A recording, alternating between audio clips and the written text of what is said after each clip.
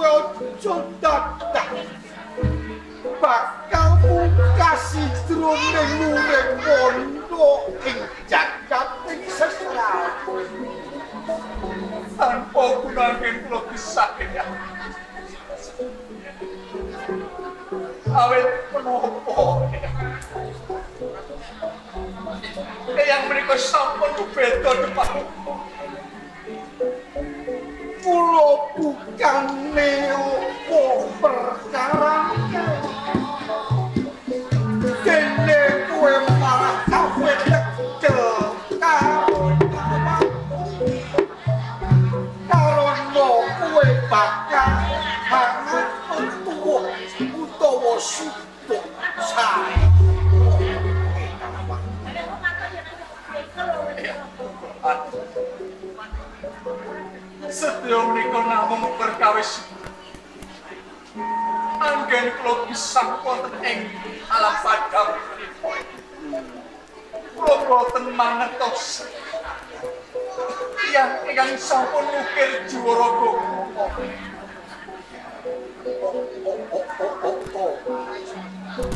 Kowe kamar lan koyo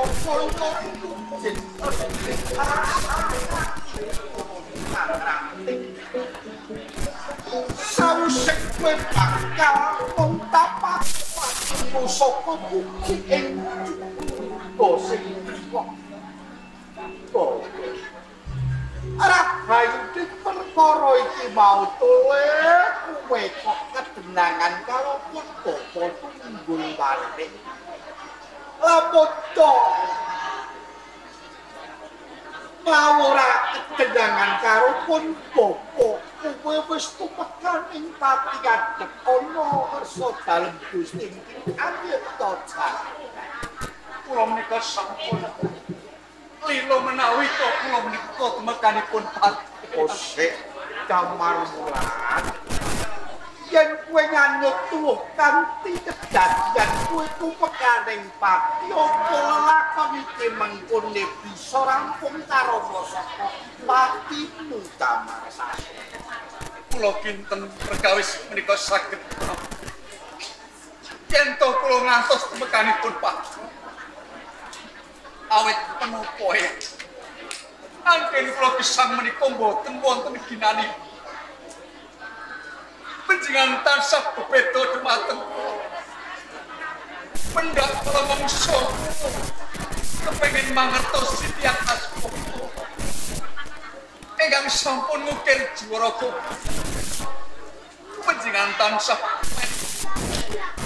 panjenengan boten paring pituduh dhumateng dadi kabeh kula bukan mung perkara sing dadekake bundelane atimu.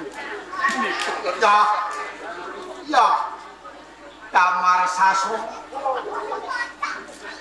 ing perkara sing kok kandhakake ana ngersaning pun bapa ora waloka ana ing neraka sampe utawa ana ing ati nganti kuwe bakal megakake karo jiwa ragam ya mbok menawa kabeh iki wis kalebu titik kala mangsane aku buka marani kabeh lakonmu kang dumadi ana ing jagat ing sesarengan menawi kados mekaten panjenengan badhe paring pirsa dhumateng ya sareh kok atiku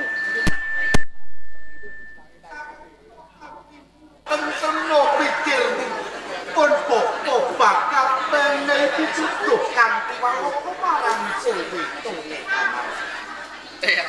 Bapak selak dados pangantu-antu salebetipun manahku damar menawi to tiyang sepuh dinersak menika tasih suka mapanipun wonten ing pundi menawi to tiyang sepuh kula sampun temekanipun sedaya damar lajeng mapan pundi petekipun ya ora maido jeneng kowe wis kancik tataraning kakilasan wiwit saka jejabang kanthi tumeka ing mangsa kala ora ana sing wentak langsung gedhekake sarta winterake marang kowe ora liya pun bapa tunggul manik kaya sekabeh kawruh pun bapa wis mbak nak ana ing jiwa ragamu kalebu putu wayah sitamar ya pun bapa bakal maloka ing perkara lakon kowe sak temene to yen kowe lakon karo Sudar mampu utawa sing ukir jiwa ragamu sak temene damar wulan iki ora anake wong tidak kejaraan ora. Kere maju kinenggale ora nanging kowe kamu. Kowe kuwi salah sawijining putraning wong ngaluhur trahing kusuma rembes sing mati. Menapa menika saestu? Iya. Kowe kuwi mau sing nitisake utawa yo sing ukir jiwa ragamu. Ora liya pepatih kang kaya kang cumandha ana ing Majapahit rikala semana. Kang katelah patih Maudara. Patih Maudara.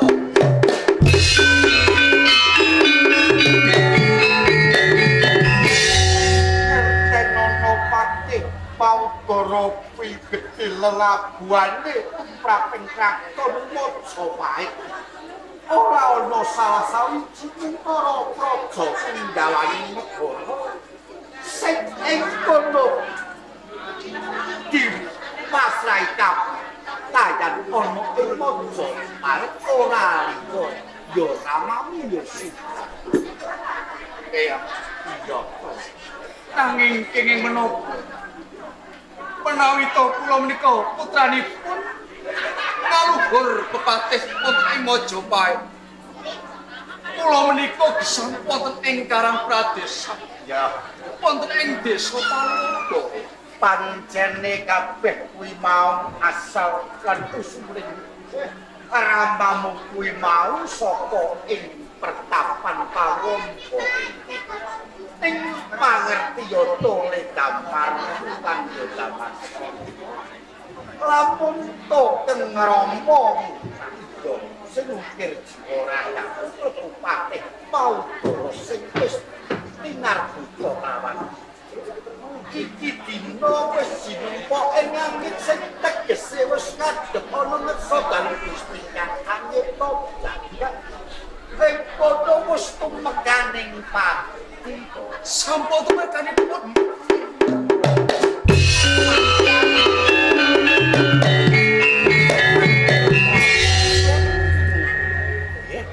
Aja dadi wedi ing perkara sabdapun Bapak Ibu.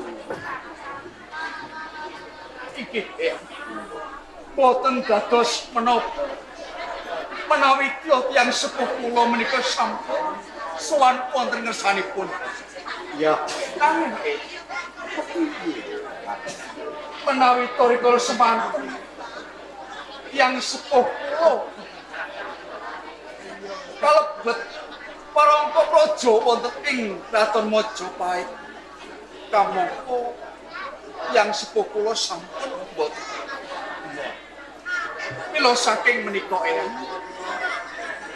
niat kula salebetipun manah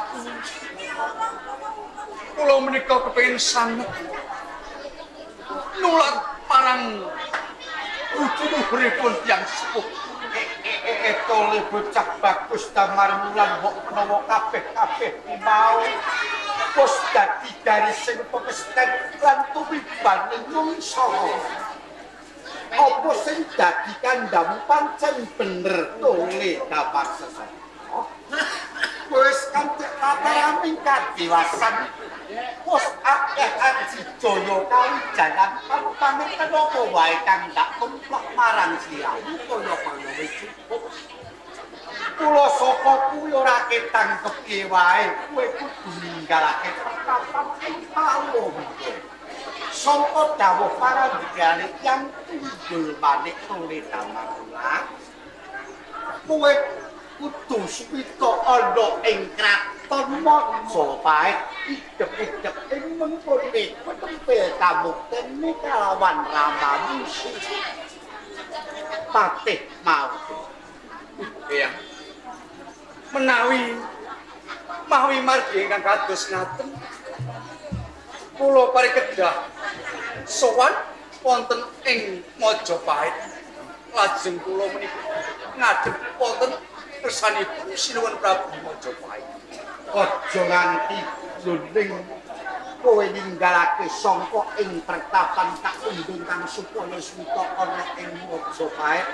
Kowe aja jumjuk ana ing kraton Majapahit. Aku ora ngebarake. Lajeng kula menika tumuju wonten ing papan pundi? Ngertenono sak sedane ramamu. Sipatih Paudara kang jumeneng pepatih ing Majapahit ora liya katelah sipatih Gender. Lah patih Gender ki mau ijeh kapener keng pamane si Damar Kapernah paman. kula saka prayoganing nggonmu swita aku menggak aja jumujuk ana ing kraton Majapahit. Kowe jumuju kok ana ing sadurunge kepatihan Majapahit. Suwita karo pamanmu sipate Gender. Eyang. Lajeng wedal menapa kagem kula saged sowan wonten ing kepatihan Maja. Damar wulan sadurunge kowe kuwi mau bakal ninggalake pertapan ing Palumba bakal sita ing Majapahit. Kowe aja nganti ngagem busana sing sawa sudra kene aja. Lajeng kersanipun yang kados Pun popo yang ngersakake kowe karo busana kae tinggalane busanane ramal demen supaya kanton kowe kuwi salah sawijining kampung ora montra-montra kan jeneng saka ing papan pari kedah kula ngagem busananipun Kanjeng. ana lu karo busana agemeng busanane ing Rama tinggalane sipatih mau Ngestakaken dawuh ya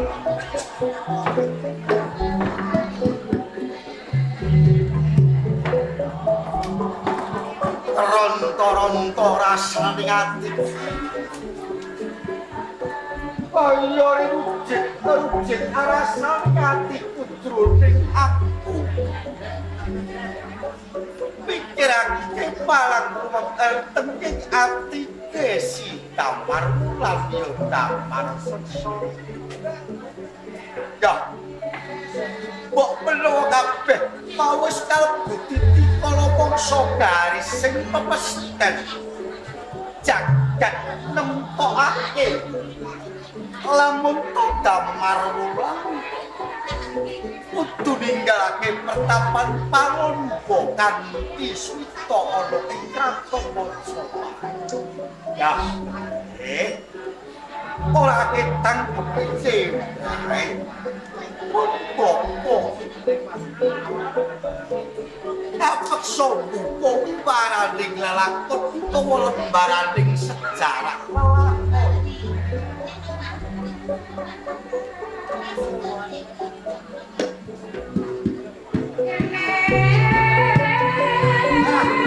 Selakon iki mau adengan karo konco.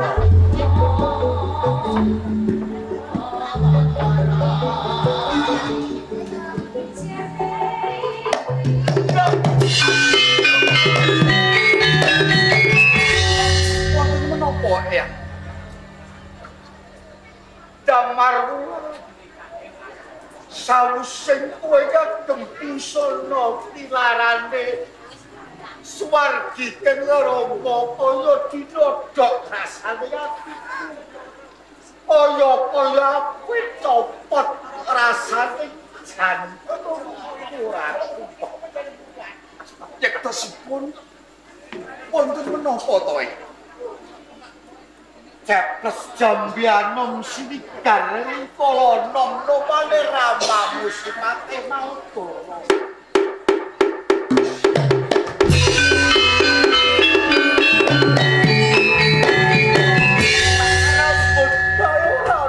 Gesai tole Damar Wulan aduh itu tole ya kanggo nyambung ya sampe pun bapa tunggul manit tole jumeneng ngadeg tole wis katon bagus mabyor kusanama jroning kowe bakal ninggalake ana ing Palombo Sutomojo pae yen ya kowe tamalan kados pundi sadurunge kowe ninggalake pertapan Palombo aku eling kalebu bentuk wah tinggalane Kang Rama ya patih paudo kira pantes iki bakal kanggo sangumu utawa kanggo agemam ing mengkone dhewe bakal nanging sadurunge pusaka iki kok apa tak paringake marang Sriram komo eling gawe pun bapa tunggul manit pusaka tilaran swardi Kang Rama wae pojo ganti pisah karo jiwa ragamu dadyan keping main lakone sing kepingin kados mekaten badhe kula estak sedaya dawuhipun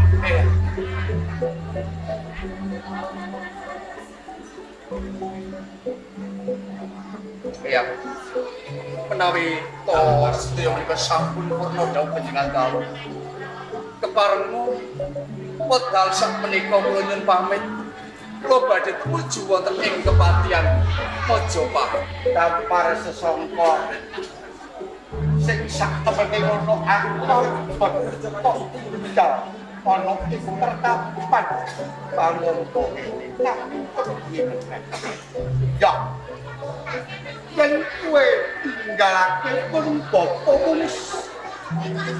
bapa ana ing pertapan Palombo ora kendhat kudu yen wono ngersa dalem Gusti ing anteta jagat muga wayah kuyo tuku sintaman lan bisa kasembadan gol sumedyaning karep sak muga tansah pangyo rahayu handayeng bawona kula nyuwun pamit ya setiti-ati aja nganti keri dedupa prayekta kudu pokok wis taken gak ilangi tole apa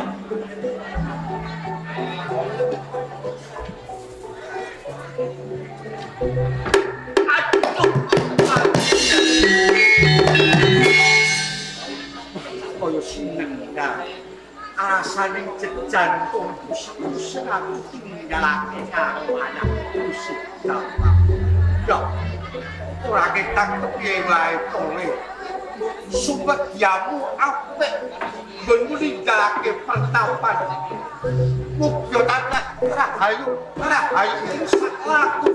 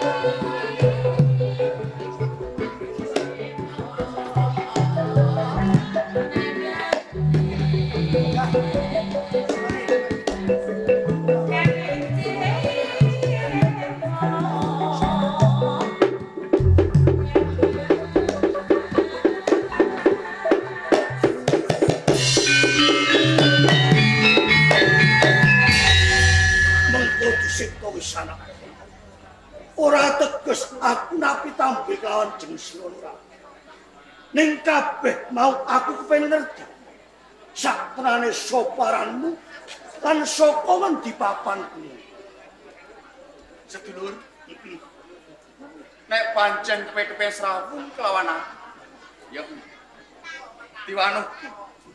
Aku Damar Sasongko saka ing desa Paluwung. Damar Sasongko saka ing Paluwung. Bali sapa kowe sik?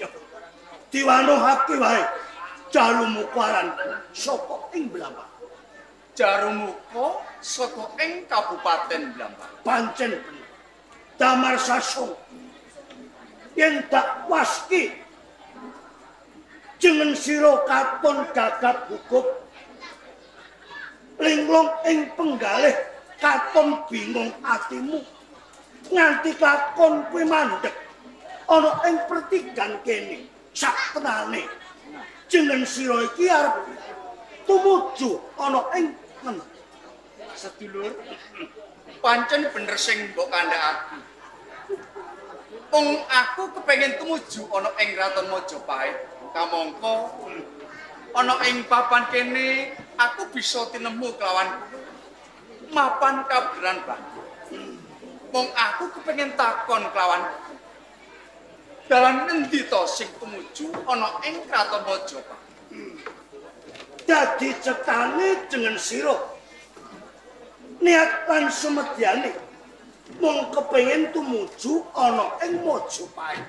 Pancen jeneng sira durung ngerti dalan endi sing teka ana ing Majapahit. Ya, aku ra kabotan. Aku bakal pareng pituduh lawan jeneng sira. Ning yo dirungokake. Aku ra kabut. Ya. Sing ing sisih tengen kowe menggok tengen iki tumuju ana ing Majapahit. Sing menggok nengen kae dalan sing tumuju ana ing Kraton Majapahit. Lah sing sisih kiwa, Lah sing sisih kiwa kuwi ana ing Blambangan. ana ing Kabupaten Blambang. Ning aku bakal kandha kelawan jeneng sira. Nek pancen niat lan sumedyamu arep tumuju ana ing Majapahit. Nek kowe menggok nengen ateges jeneng sira bakal sorok pati. Nek aku menggok sisih nengen tumuju ning Majapahit, ateges aku Sarapati. Nanging Sak banjur nek kowe kelakon menggok kiwa kowe bakal nemoni hamukte. nek aku menggok sisih kiwa bakal nemu kamu. Mula saka kuwi aku nyuwun marang jeneng sira. Kowe tuwa marang aku. Nderekake aku tumuju ana ing Blambangan bakal mukti kowe. Jarumuku wis gedhe sesantiku. Saka ana ing desa Palumbo, wong aku bakal tumuju ning Majapahit. Aku bakal meneh pawang sulan kawan. Ya, Tak bacotake lakuku, aku bakal tumuju ana ing Majapahit. Damar Sasongko nek pancen nyata sumedyamu bakal tumuju ana ing Majapahit. Ing papan kene aku bakal tega lan mento Merjapati kawon. Nek pancen ketega mentolo kawan aku, semono gak uga duweni bolos sing akeh. Nom-noman saka ing desa Paluwung. Kula saka kuwi gelemo wis sumingkir saka ing papan kene tak mbacut ana ing Kraton Majapahit. Damar Sasongko aku gelem bacut gelem manut marang kowe ning kabeh mau ana pitukon. Apa Nek wis lakon aku nuntung ning Betul.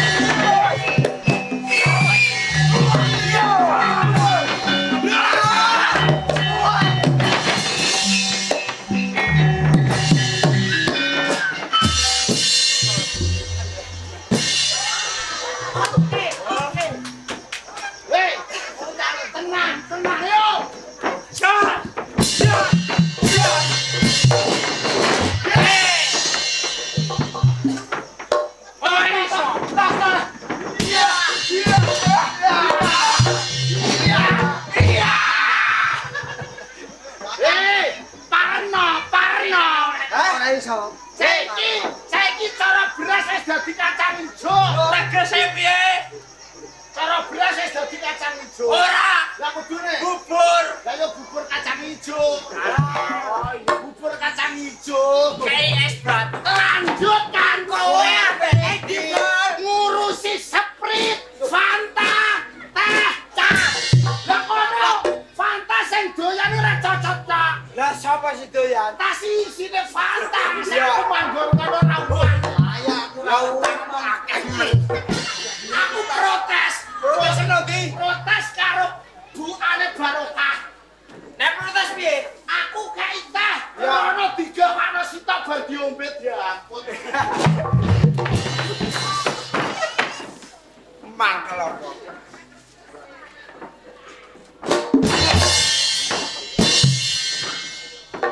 Yo tak.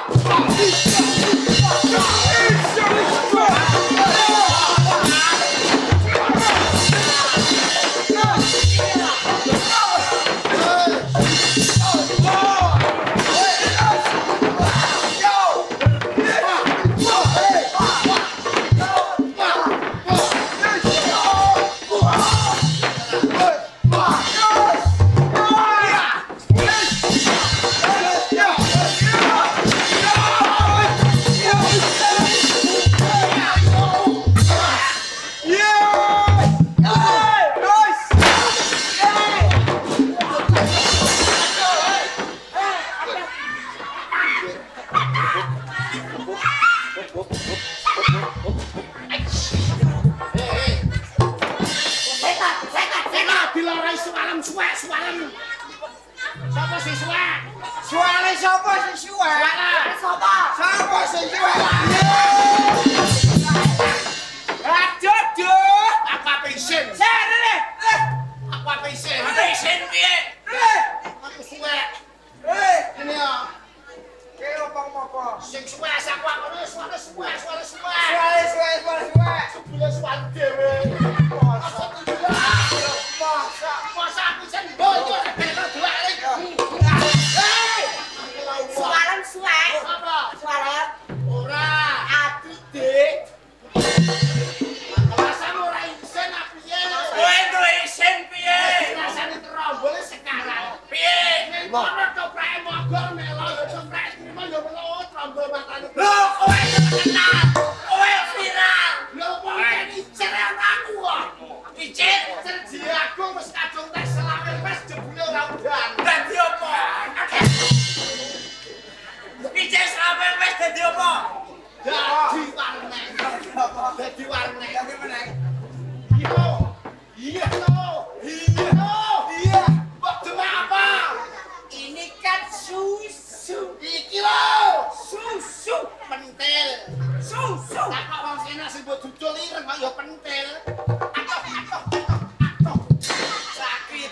Ini apa? Aja kono kowe. Ora kono. Ini apa sih? Pentil. Ini apa sih? Pentil. Banyak ngono. Mosok pentil. Pentil ya samene bedone pentil mbok. Pentil boku. Sak jempuran sikil. Mantap. Ayo sing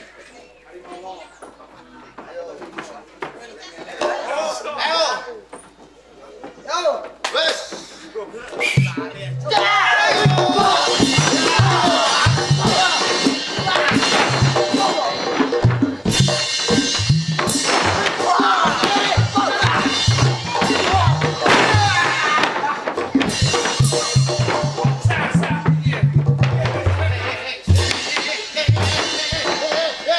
Kena lampu.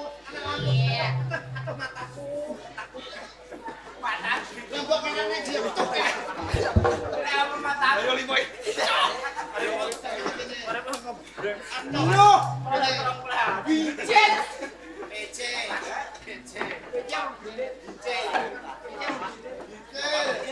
Mana lu? Wes. Ngurusi baturku. Hei, Apa? Ora kencane kok maju tak samplung. Matane. Mata picek.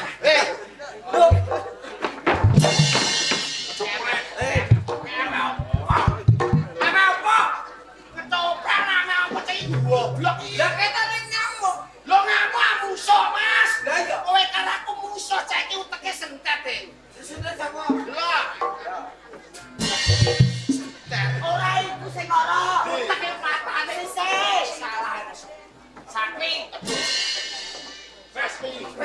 Sisian. Sisian. Upaya wis sisian. Sapi. Wedhus. Lah ya, sapi karo Berarti ki ya sisian. masa Ini lho aja ning arep tok dadi wong loro. ya sapi. Aku ndak muni sapi ya kobong iki. Tiwas tanteni. Rasa kakek ngomong. Lah piye? Nek wani maju kowe. Ya ini kita muni sapi ngono tak urut ya goblok. Yo, wah. Wah. Wis.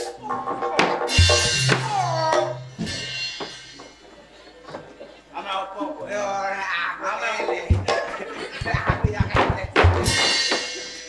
Bala apa? Bau. Aja bu. Ini ya. Ini lo kering. Bau. Bau tak. Lambe merambuk mbak seminggu. Roe, mulaturan kae lho kok sewane lah. Wes.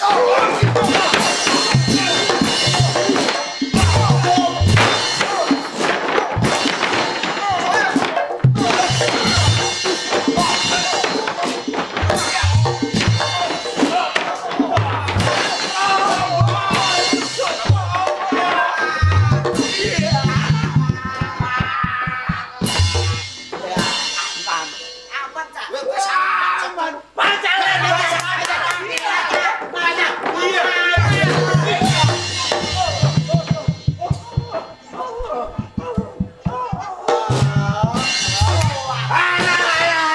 Ora mong kowe.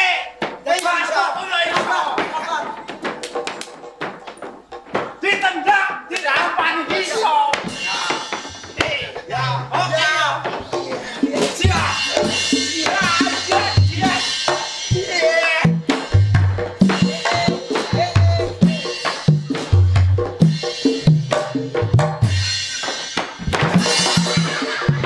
Iki lho tampane, Cuk. Sing penak kaya iku. Lah iya kaya iku. Sasa. Kita kandani. Kaya aku lho, aku ben set.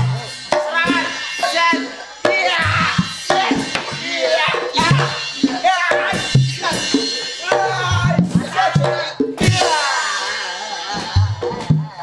Ambruk.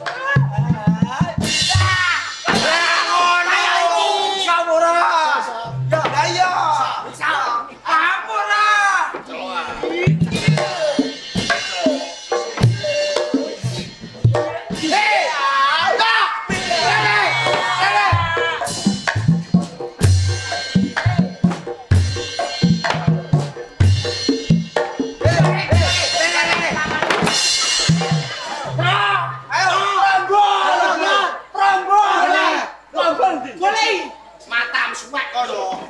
Ini asam urat kadung kena anake asam urat kolesterol malah mbok rasane Penyakit tau. lah iya antek cetuke mbok. Dikene matane ngerti ya. Lah iya. Ini lho aku ape leren. Wani to ora kowe?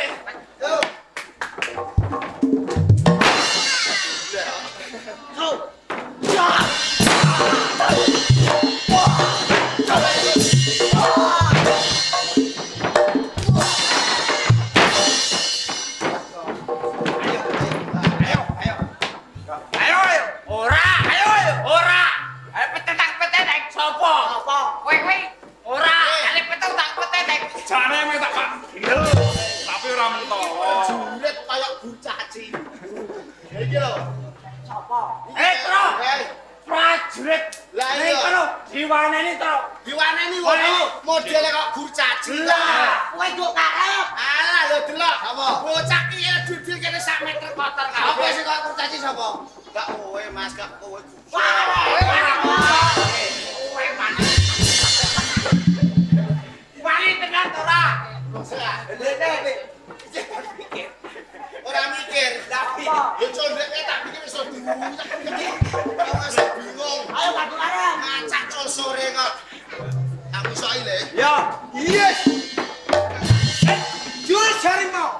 Saiki rame-rame kok Ora ora mau.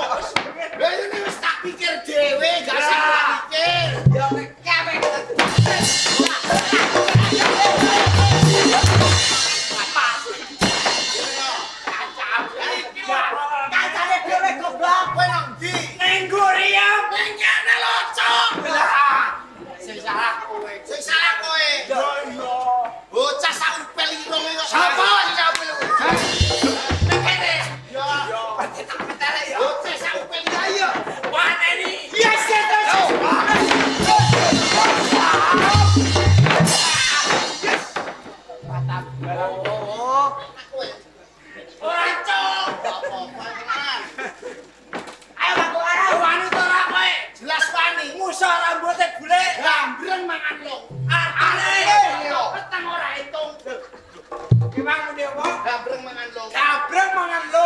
petang. Gak itu. Loh, iki lho mantung dhewe. Lah yo gak mentolo. Ora itu. Aja dongan wis. Aku wis meneng ae wis ora tak dono wong kene.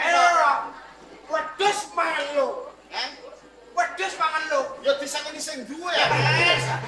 Ojo malah dikeprok cekele. Orane icirane angel kok wedhus mangan lu. Wedhus masih wani ora kowe. Sing amang ekal. Wani ora. Wani ora kowe. Kamu terus. Kowe ora.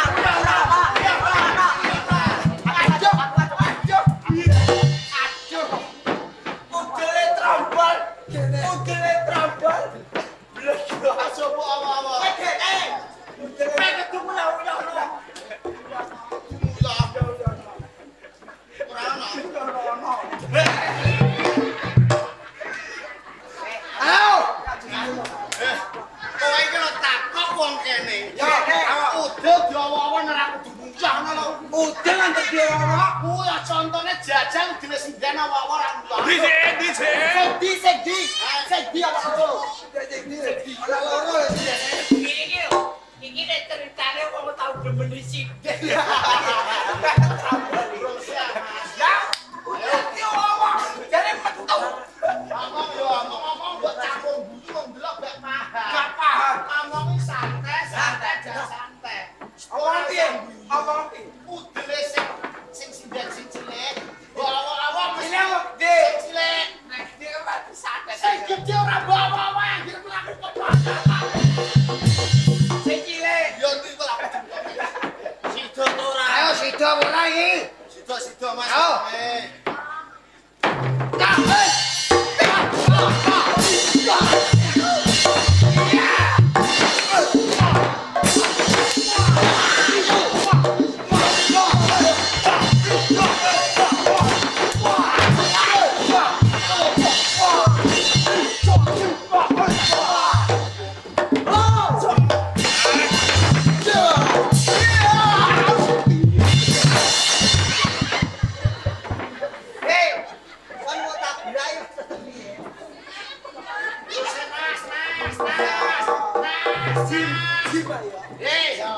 Jim iku ora dunung.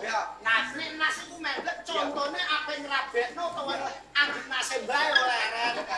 Bocah ora ono. Ayo. Pangan sik.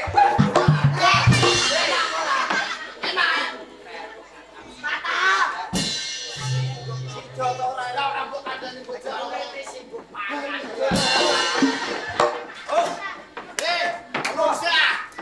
Ketoprak karo wong gelo to karo wong gelo ndas. Ayo. Adu-adu sebelum.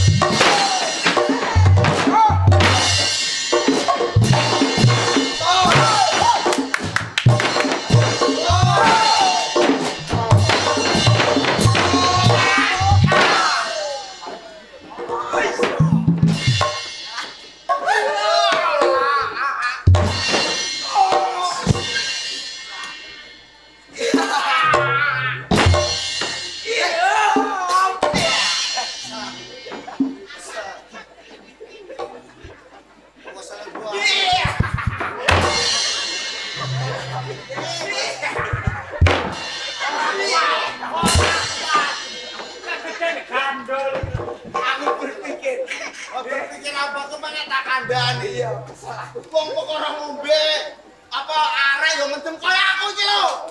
Ngombe ale-ale ra mendem kok. Kowe ngombe Ale-ale gak. Gak piye lho. gak mendem. Ya,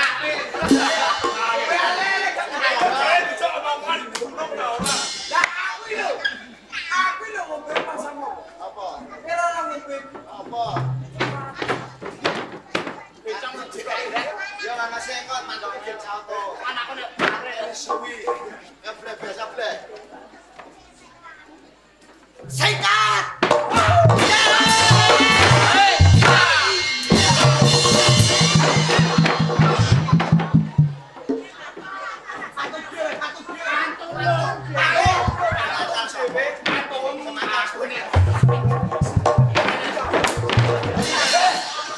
Cancang bae, pandai cancang.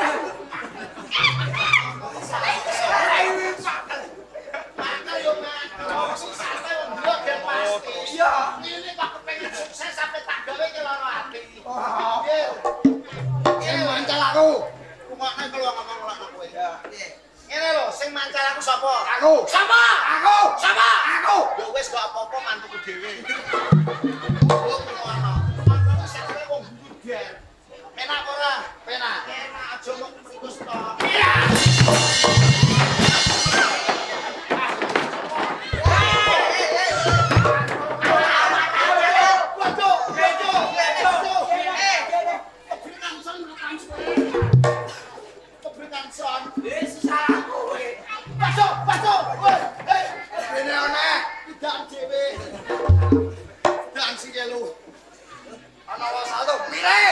Minggir santai lho. Dadine penak wong delok. Oke.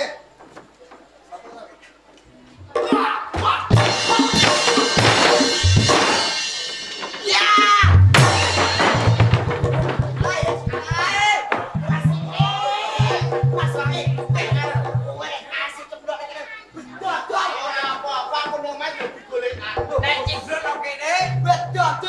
Sapa sih? Matur nuwun, matur nuwun. Iki kan prinsip. Matur nuwun. Iki kan prinsip ya. Matur nuwun aku kedelok ning kene.